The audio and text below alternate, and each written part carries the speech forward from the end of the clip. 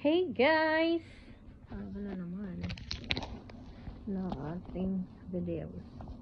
So I'm cleaning. Actually, I already did this. My LV bag. I'm conditioning it. Look, and then I clean the metal. The metal niya. So I'm using this product. The leather CPR. Yeah. Put it in shine. So, and then for the kasi madumi siya last time at wala na yung shine niya sa metal, yung mga metal niya. Use the brasso. So I'm gonna show you this. So for example, on this one, this is old 9Co. So this is, I think, very very old. Nung kararating ko lang sa Amerika, wala pang pera. Ito yung binili ko. So, ito yung mura. So, meron siyang nakikita yung may black na siya dyan. Ano natin. May black na siya. Ayan o. Ayan, may black siya dyan. So, gamitan natin ng brasso. Natin ng brasso. Dark ba? So, I got a Q-tips. And you put brasso. Yan, ganyan lang. And then, yung black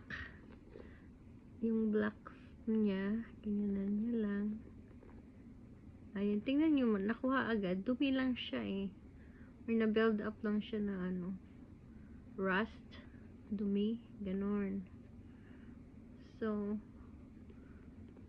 nakita ko lang din to sa videos na nagre-restore ng mga bags. And so, look how dirty that is. So, ganyan lang siya, guys. And I have fiberglass. Oh my god, nawala talaga siya, guys. Tingnan nyo. Ikutin natin ha. Ikutin pa natin, oh. Hi. I-shine pa natin siya. Sana yun. So, kuha lang ulit tayo ng sa other side. Kuha lang tayo ng konti lang. Not even much. So, anuhin lang natin siya. Ganyanin. So, ayan. So, ito, nakuha na natin yung madumi. Look at that. Tingnan nyo siya, nagsashine na.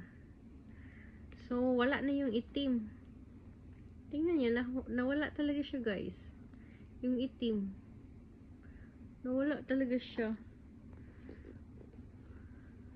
Ito, the other side.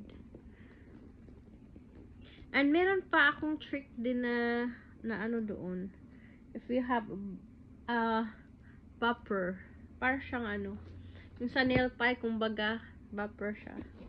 I-nail file lang or bopper mo lang siya ng ganyan para mag-shine pa siya, mag-shiny. Ayan. Ang galing. So, ganyan lang siya, guys. Kung meron kayong need na i-restore na mga tawag nito, metal sa inyong mga bags. Ingat lang din na hindi maanuhan yung leather. So, dito naman tayo sa leather part. So, ganyan na siya. Although, naanuhan ko na to siya eh. Na-conditioner ko na siya. Kaya medyo na shiny na siya. So, lagyan natin siya ulit. So, dito naman. So, mag-squeeze ka lang dyan ng good amount. Tapos, i-ano mo lang siya. Ganyan. Ganyan ang ginagawa ko eh. Parang spread out mo lang. And then, look at that. Look at this. Look at the shiny. Look at that leather conditioner. Oh. Diba? How nice. Diba? Oh. Tapos hindi to siya nakakasira kasi conditioner siya ng leather. So, ito, hindi ako takot dito, oh. Sa LV. Tingnan niyo. Mas mag-shine siya ng bag mo. Ayan, ah. Ayan. Kasi conditioner siya to make your leather bags shiny na mukhang bago ulit. I mean, not totally bago, but at least, you know, not dry. Kasi nagda-dry din siya, guys, ang mga bags natin. Ayan. So, mag-shiny. Ito talaga, oh. Oh. Kasi leather talaga siya na leather. Oh.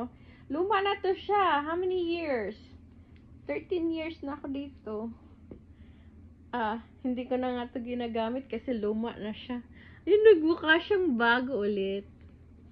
Diba how nice? So, ito lang siya. Leather CPR cleaner and conditioning at tapabraso for the metals naman siya. Okay, bye! I hope meron kayong natutunan, mga ladies!